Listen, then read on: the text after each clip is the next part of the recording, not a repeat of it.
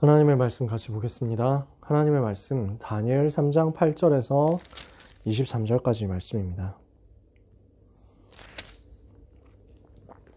구약성경 다니엘 3장 8절에서 23절까지인데 30절 끝까지 보는 게 좋을 것 같아요.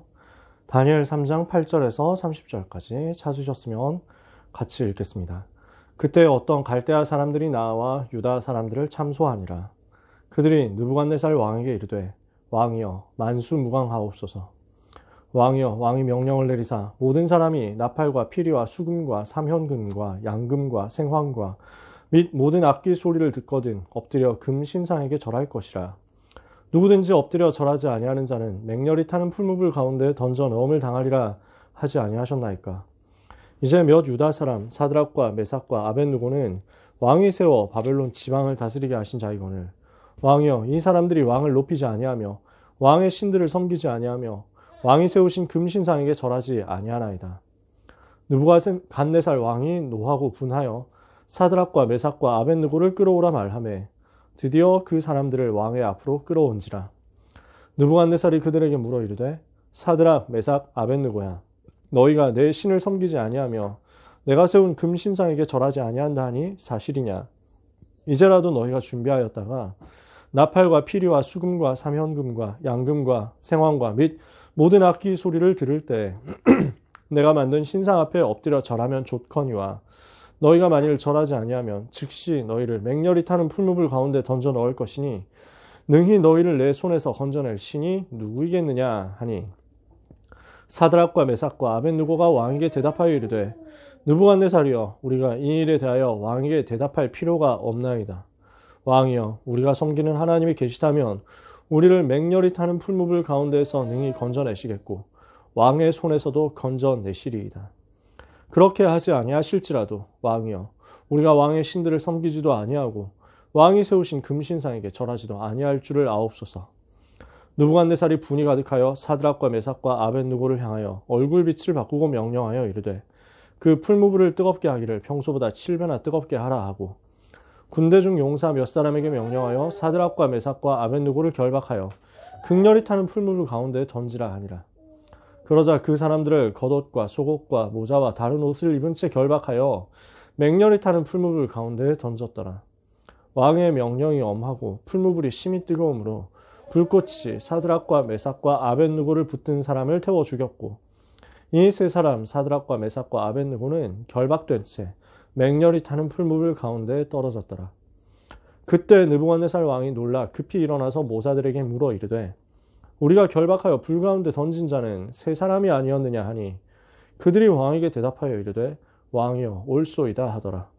왕이 또 말하여 이르되 내가 보니 결박되지 아니한 네 사람이 불 가운데로 다니는데 상하지도 아니하였고 그 넷째 모양은 신들의 아들과 같도다 하고 느부갓네살이 맹렬히 타는 풀무불 아귀 가까이 가서 불러 이르되 지극히 높으신 하나님의 종 사드락 메삭 아벳느고야 나와서 이리로 오라 하매 사드락과 메삭과 아벳느고가 불 가운데서 나온지라. 총독과 지사와 행정관과 왕의 모사들이 모여 이 사람들을 본즉 불이 능히 그들의 몸을 해하지 못하였고 머리털도 그을리지 아니하였고 겉옷빛도 변하지 아니하였고 불탄 냄새도 없었더라. 느부갓네살이 말하여 이르되 사드락과 메삭과 아벳느고의 하나님을 찬송할지로다. 그가 그의 천사를 보내사 자기를 의뢰하고 그들의 몸을 바쳐 왕의 명령을 거역하고 그 하나님 밖에는 다른 신을 섬기지 아니하며 그에게 절하지 아니한 종들을 구원하셨도다. 그러므로 이제 내가 이제 조서를 내리노니 각 백성과 각 나라와 각 언어를 말하는 자가 모두 사드락과 메삭과 아벳느고의 하나님께 경솔히 말하거든 그 몸을 쪼개고 그 집을 거름토로 삼을지니 이는 이같이 사람을 구원할 다른 신이 없음이니라 하더라. 왕이 드디어 사드락과 메삭과 아벳느고를 바벨론 지방에서 더욱 높이니라. 아멘. 우리가 길게 좀 봤습니다. 잘 아시는 내용이죠. 본문을 봤으니까 본문의 설명이 자세하게 되어 있기 때문에 내용을 가지고 우리가 길게 얘기를 하지는 않아도 될 것 같아요. 오늘 우리가 같이 나눌 말씀 학원복음화 10월 셋째 주 10월 셋째 주 말씀이죠. 둘째 주 아니죠. 셋째 주죠. 네, 셋째 주 말씀입니다. 미리 누린 새 친구 그랬습니다. 지금 우리가 포로 시대 인물들에 대해서 같이 말씀 나누잖아요. 그래서 첫째 주에 이사야에 대해서 얘기했고요. 둘째 주 지난주에 다니엘에 대해서 얘기했습니다. 오늘 셋째 주로 미리 누린 새 친구 말씀을 같이 봅니다. 왜 우리는 복음이 아니면 안 됩니까? 이 질문에 대해서 정확한 답을 가지고 있어야 됩니다. 왜 복음이 아니면 안 되느냐? 왜 오직 복음이어야 하느냐? 인간은 존재 자체가 하나님의 형상대로 지어졌기 때문에 하나님과 함께 해야 됩니다. 인간은 영적인 존재이기 때문에 영이신 하나님과 함께 해야만 행복합니다. 아이가 갓난아기가 아무리 좋은 옷을 입혀주고 아무리 좋은 이유식을 먹여주고 아무리 좋은 장난감을 준다고 하더라도, 그리고 막 지폐를 막 어마어마하게 쌓아놓고 동전도 막 어마어마하게 쌓아놓고 금덩어리로 집을 꽉 채워준다고 하더라도 아기는 엄마가 없으면 행복하지 않습니다. 인간은 모든 것 다 가지고 있어도 하나님과 함께 있지 않으면 행복할 수 없고요. 하나님과 함께 있지 않으면 살 수가 없습니다. 인간은 오직 하나님만 바라보고 하나님과 함께 함으로써 살 수 있고 하나님과 함께 할 때만 행복한 거예요. 그게 인간이거든요. 그래서 원래 인간은 하나님의 형상대로 지음받은 하나님의 자녀로서 이 형상을 가지고 하나님과 함께 할 때 생명 있고 하나님과 함께 할 때 행복을 누릴 수 있습니다.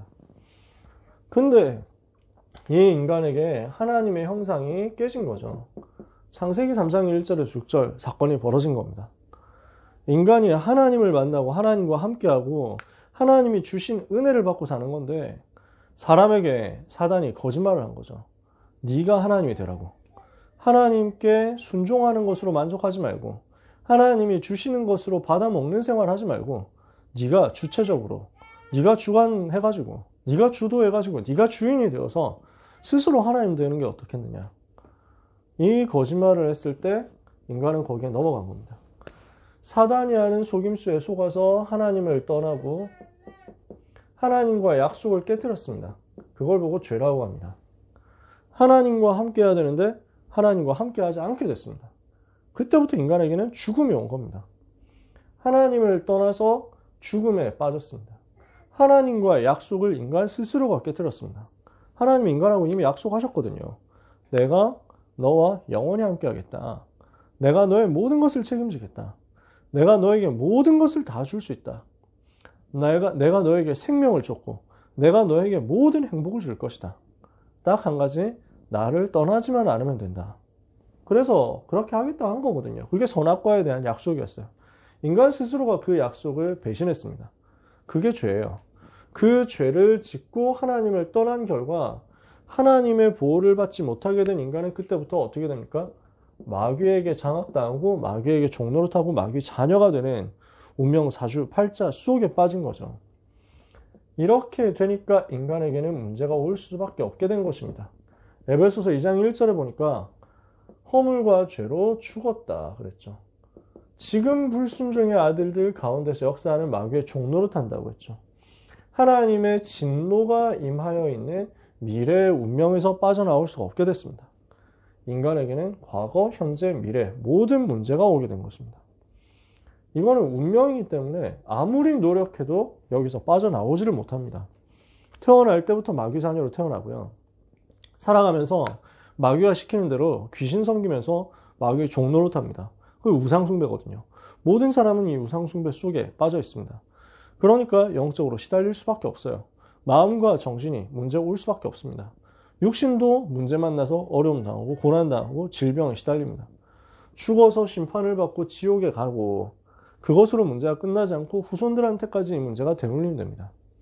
이게 모든 사람에게 와 있는 상태입니다. 왜 복음이 아니면 안 되느냐? 이 문제에서 도저히 인간 스스로의 힘으로 해방될 수 없기 때문입니다. 그래서 하나님이 이 문제를 해결하도록 우리에게 오직 복음을 주신 거예요.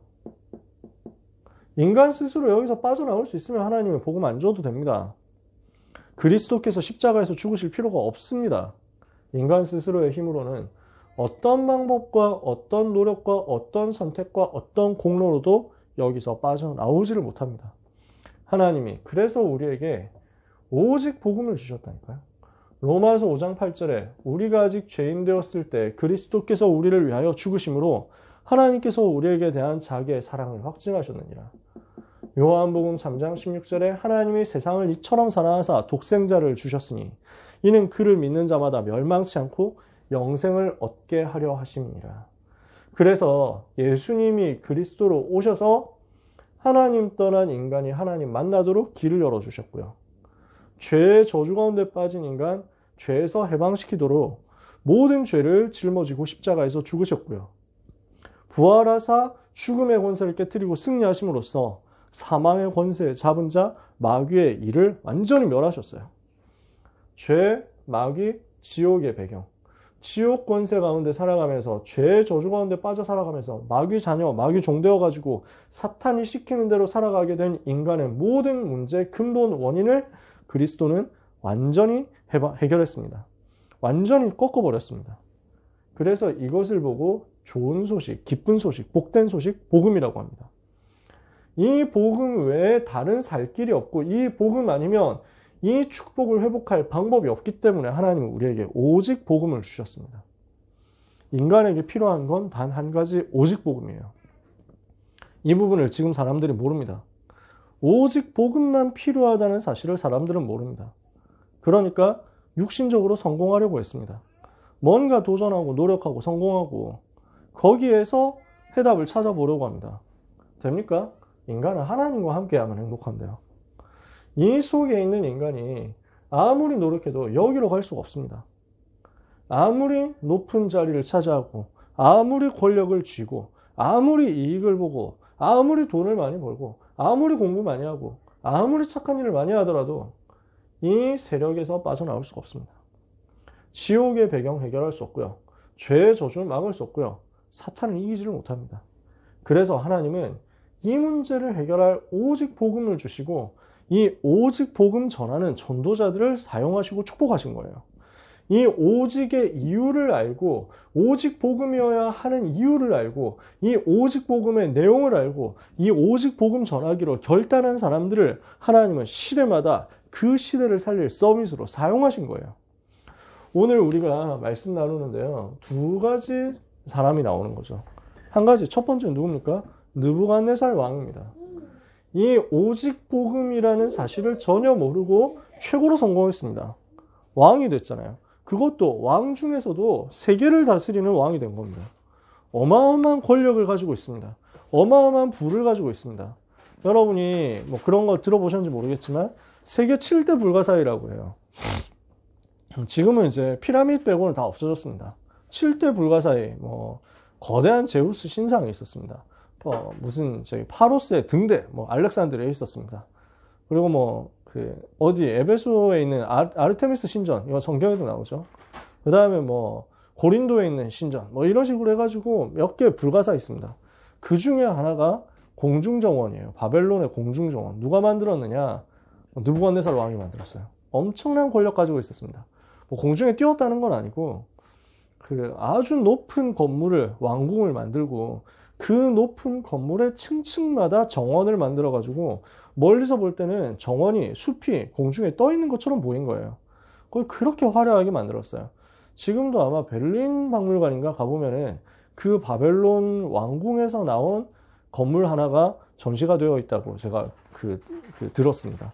그러니까 이시타르의 문이라고 해가지고 파란색으로 그 시대, BC 한 500년 이때쯤 일이잖아요. 600년 이런 일이라니까. 그러니까 지금부터 한 2600년 전 이런 일입니다.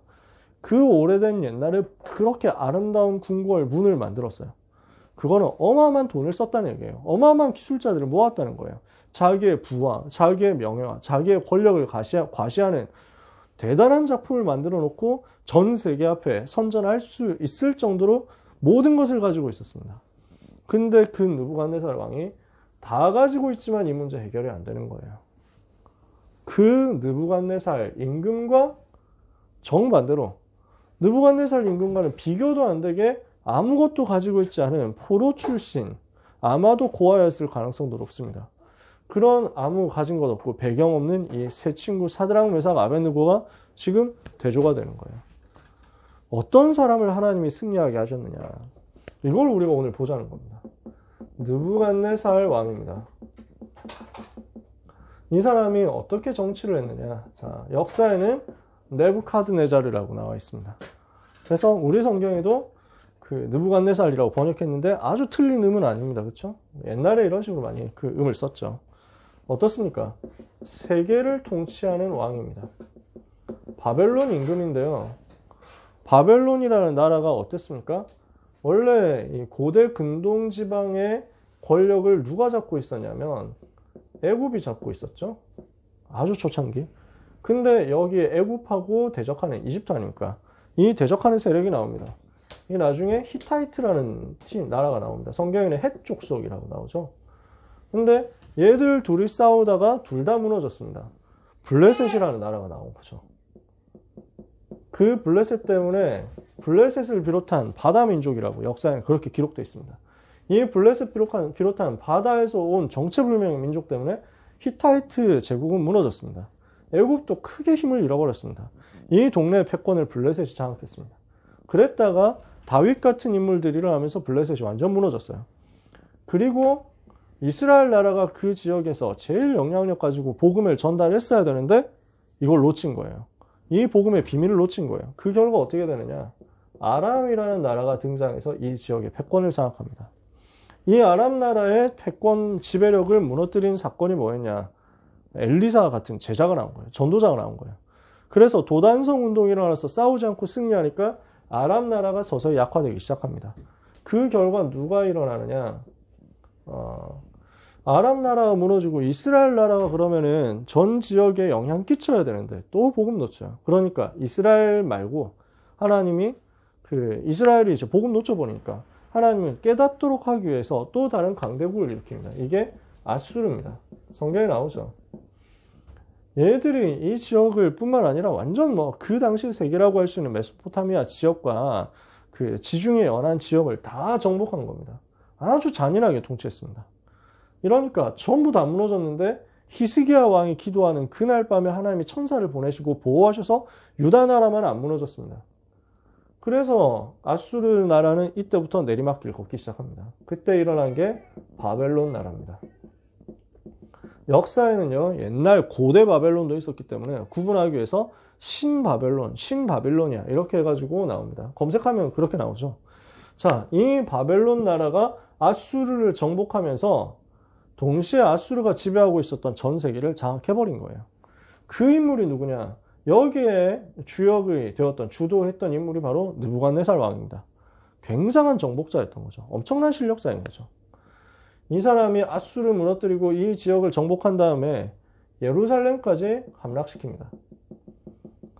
예루살렘 나라는 그때 이미 이제 거의 무너져가고 있었거든요. 들어와가지고 함락시킵니다. 이스라엘 남유다 왕국을 함락시키고 예루살렘을 침략해가지고 멸망시킵니다. 유다 나라가 완전 멸망당하고 유다 백성들은 포로가 되어서 바벨론 땅으로 끌려가게 됩니다. 이게 성경에 나와 있는 내용이죠. 어떻게 정치를 했느냐? 전 세계를 지배하는 정치를 한 거죠. 이렇게 하고 이것을 과시하고 자랑하기 위해서 어마어마한 문화 전략들을 계속 씁니다. 오늘 성경에 보니까요. 문화라는 것을 굉장히 많이 강조를 합니다. 악기 얘기를 몇 번씩 하잖아요. 사면금과 수금과 생황과 나팔, 피 이런 다 해가지고 무슨 나팔은 무슨 악기인지도 잘 모르는 그런 악기들 총동원해가지고 했다는 건데 여러분 생각해 보세요. 600년, BC 600년입니다. 그러니까 우리나라로 따지면 고조선의 위만조선 나오기도 전이에요. 엄청 옛날이에요. 그 당시에 벌써 이런 여러 악기들을 동원해가지고 화음을 만들 수 있었으니까 굉장한 문화적인 실력을 가진 거죠. 그래서 정치 전략, 문화 전략 이거 가지고 전 세계를 완전 지배하는 겁니다. 그럼 이 느부갓네살 왕의 상태가 어떠냐는 말이에요. 진짜 극한의 노력을 가지고 또 음모를 막 꾸며가지고 인본주의 써가지고 최고의 자리까지 올라갔습니다. 좋은 말로 하면 노력이죠. 노력해서 최고가 된 겁니다. 최고의 왕이 됐습니다. 그 자리를 또 이제는 지켜야 돼요. 전 세계를 지배하는 왕이 됐는데 그걸로 행복해질 줄 아는데 행복하지 않거든요. 자기 자리 지켜야 돼요. 특히 옛날 시대입니다. 왕을 죽이고 왕의 자리를 빼앗겠다는 사람이 얼마나 많은지 모릅니다. 암살 시도가 늘 있습니다. 그러니까 항상 두려운 거예요. 자리를 유지하기 위해서 생명 걸고 투쟁을 계속해야 됩니다. 사울 임금 되게 불쌍한데 그 뭐 계속 다윗 죽이려고 하잖아요. 다윗이라는 사람이 하나님의 영에 감동된 완전 그 하나님께 사로잡힌 그리스도 비밀을 아는 사람, 완전 복음 가진 사람이라는 사실을 모르는 사울 입장에서는 그렇게 할 수밖에 없습니다. 내가 다윗을 죽이지 않으면 다윗이 나를 죽일 것이다. 여기에 딱 착각에 빠져 있는 거예요. 모든 정치인들 다 그래요. 그렇게 살아갑니다. 그러다 보니까 항상 불안하죠. 그 불안과 두려움을 어떻게 할 수밖에 없느냐. 해결하기 위해서 우상에 의존할 수밖에 없습니다. 우상 섬길 수밖에 없는 거예요. 그래서 우상 제일 열심히 섬깁니다. 이렇게 하니까 어떻게 됩니까? 당장은 능력 나타나요. 귀신이 능력을 주거든요. 우상 숭배 열심히 하면 능력 나타납니다. 그러나 결국 귀신에게 사로잡히게 됩니다. 그렇게 해서 우상 숭배하는 능력을 가지고 전 세계를 지배하고 전 세계 우상을 퍼뜨립니다. 어떻게 됩니까? 전 세계가 어렵게 되는 겁니다. 이게 지금 느부갓네살 왕의 정치고 느부갓네살 왕의 상태였단 말이에요. 그런데 중요한 게 있어요. 이렇게 되는 느부갓네살 임금에 대한 하나님의 계획이 있었다는 거죠. 이렇게 만들어가는 느부갓네살 왕을 하나님이 허용하시고 허락하시고 이렇게 세계를 지배하게 하도록 허락하신 이유가 있었다고요. 이 사람을 통해서 일어나는 사건이 결국 세계복음화로 연결되는 거 아닙니까? 이 사람은 우상을 세운 세계적인 왕이었습니다. 근데 이 사람이 뭘 하느냐면 자기 정치를 해야 되잖아요. 자기 통치를 하기 위해서 똑똑한 사람들을 모아라. 인재를 불러 세워라. 저 포로로 끌려온 애들 중에서도 괜찮은 애들 있으면 실무시켜야 되니까 인재를 찾아가지고 학교 공부시키고 3년 후에 내 앞으로 데리고 와라. 내가 체크해보고 쓸만한 애들은 데리고 가겠다. 쓸만한 애들은 일 시키겠다. 뭐 쓸만하지 않은 사람은 어떻게 했겠냐? 그건 모릅니다. 뭐 가차없이 버렸을 수도 있고 뭐 죽였을 수도 있습니다. 뭐 그런 시대잖아요. 그 상황 속에서 다니엘이라는 인물을 찾아낸 겁니다. 그리고 사드락 메삭 아벳느고 세 친구를 찾아낸 겁니다. 원래 본명이 뭐였습니까? 우리 몇 번 얘기했죠. 하나냐, 미사엘, 아사랴입니다. 그래서 하나님을 섬기고 하나님을 경배하는 이름 하나냐, 미사엘, 아사랴를 우상 숭배하는 이름으로 바꿔놨습니다. 사드락, 메삭, 아벳느고. 아악이라는 우상이 있습니다. 그리고 느고라는 우상이 있습니다.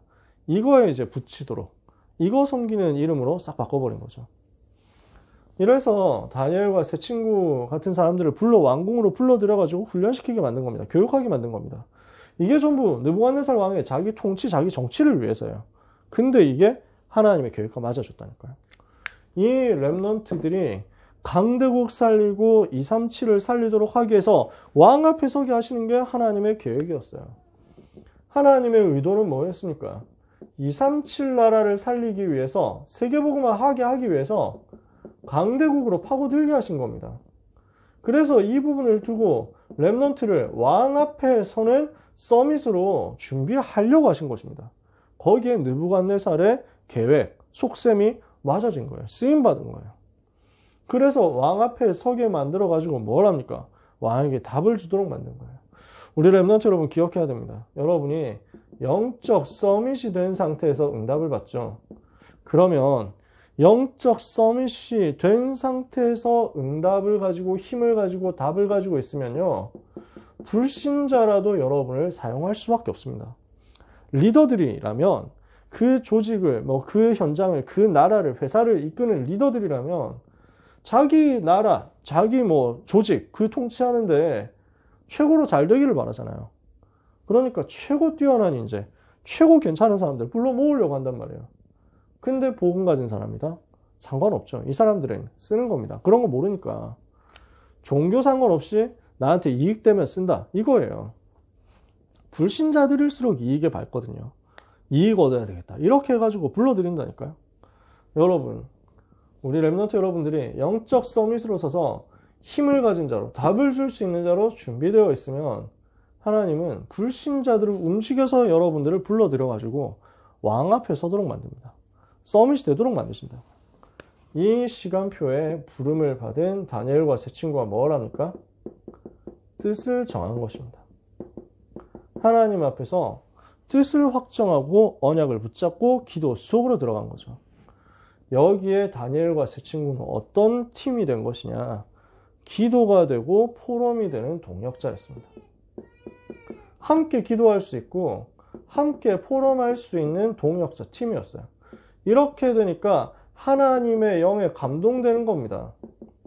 그 하나님의 영에 감동된 자의 동역자 팀으로 구성이 되니까 이 사람들을 하나님이 왕궁으로, 왕궁 안에서도 가장 중요한 자리로 갈 수 있도록 역사하신 거죠. 어떻게 해요?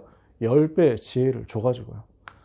왕이, 임금이 얘들을 불러보니까 사람들을 불러 모아가지고 다 하나씩 제대로 됐는지 테스트를 해보는데 다니엘과 하나냐, 미사엘, 아사랴 같은 인물이 없으므로 그들을 높이 세웠다. 왜냐?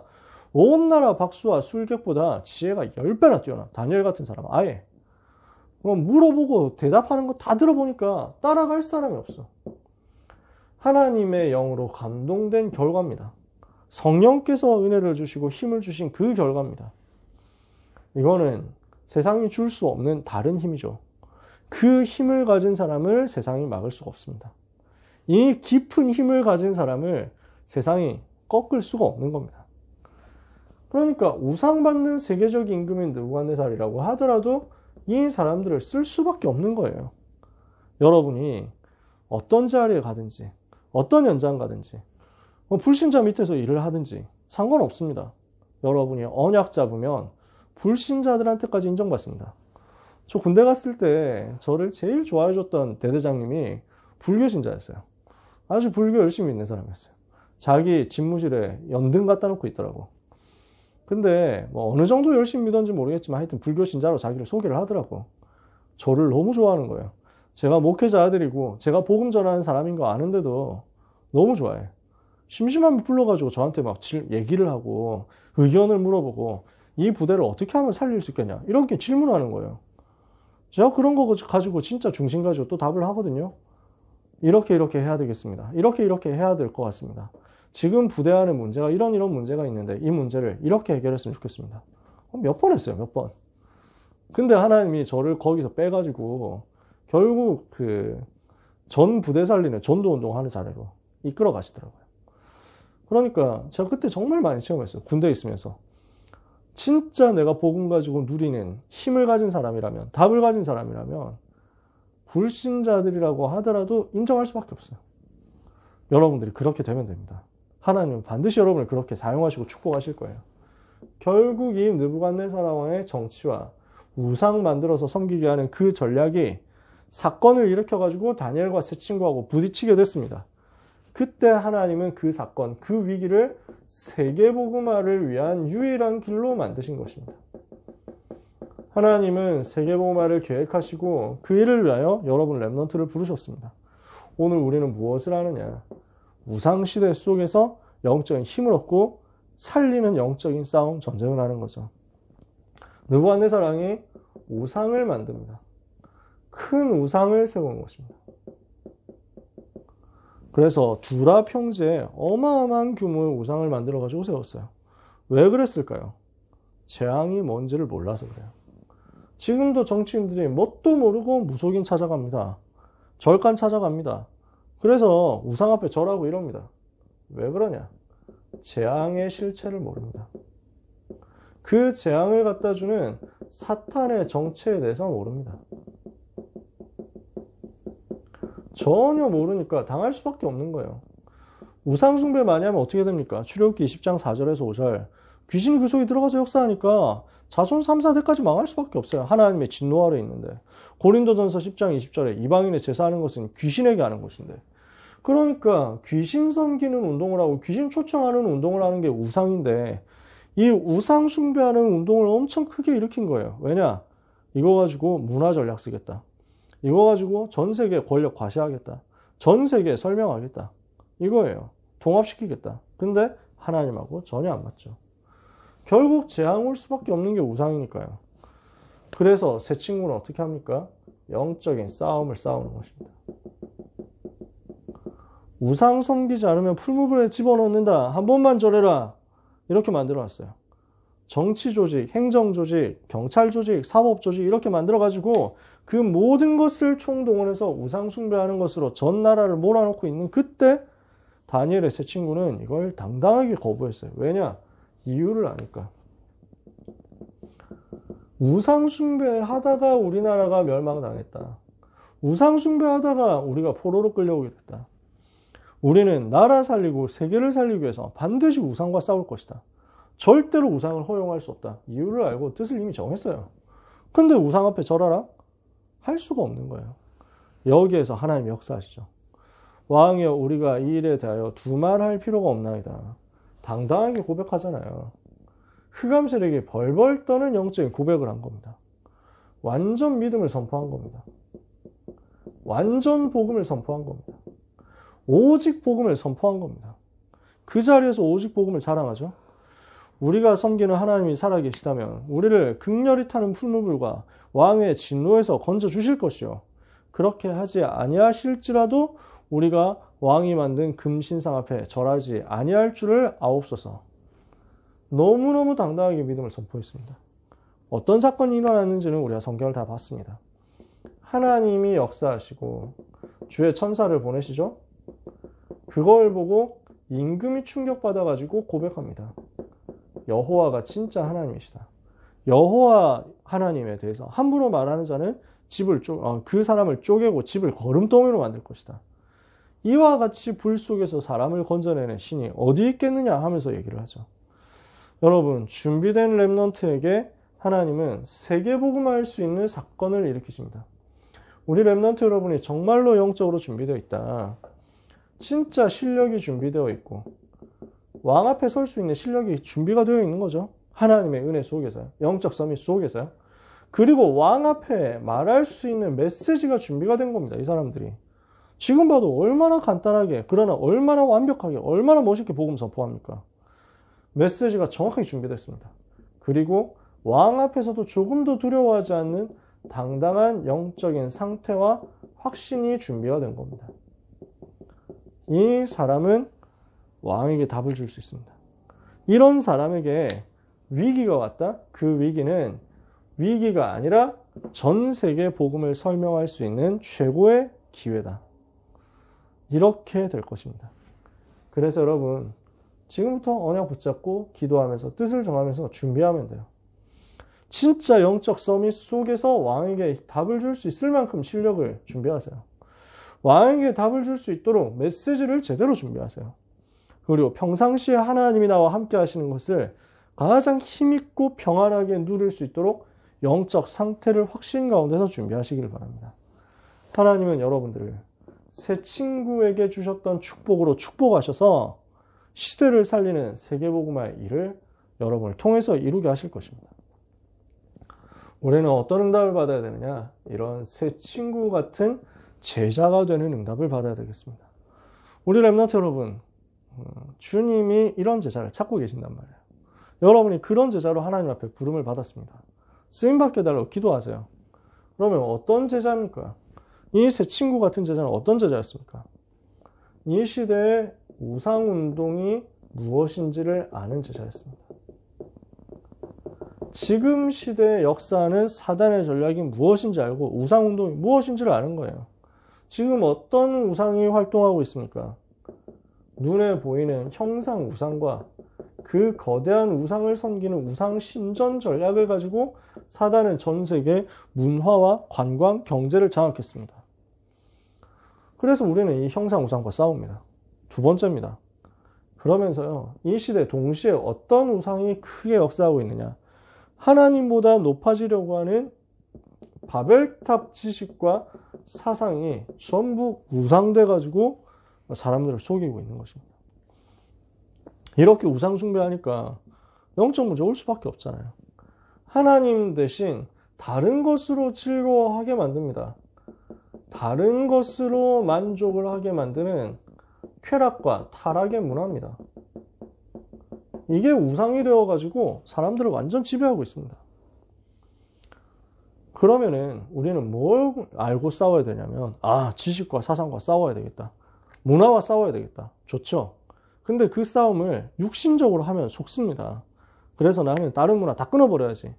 맞는 말인데, 그러면 문화를 끊고 저기 산속에 들어가가지고 TV 끊고 넷플릭스 유튜브 다 끊고 스마트폰 안 갖고 살면서, 그래가지고 옛날 시대처럼 말 타고 돌아다니면서 편지를 뭐 이렇게 비둘기 입에 물려가지고 보내고 이렇게 해가지고 연락하면 문제 해결됩니까? 아니잖아요.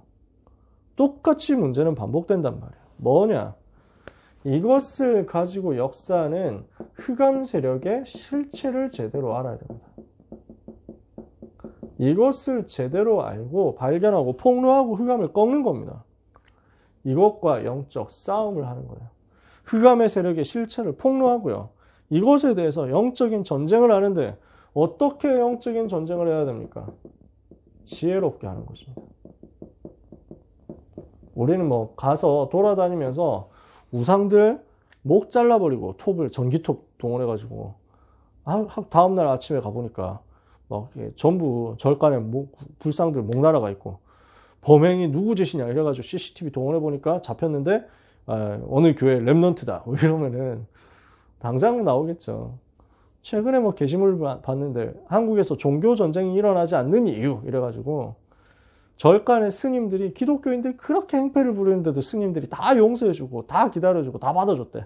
그래서 이 나라는 종교 평화가 유지되는 거다 이러는데 가짜지도 않죠. 그럼 그런 케이스만 꺼내가지고 뭐 얘기를 하는데 침소봉대 아닙니까? 아닌 케이스도 많은데 그런 것만 딱 끄집어내가지고 반대로 공격하는 거 얼마나 많았습니까? 얼마나 한국 역사에서 기독교 핍박했습니까? 얼마나 많이 고난당했습니까? 지금도 전 세계에서 고난당하고 있는데 그런 얘기는 하나도 안 하죠.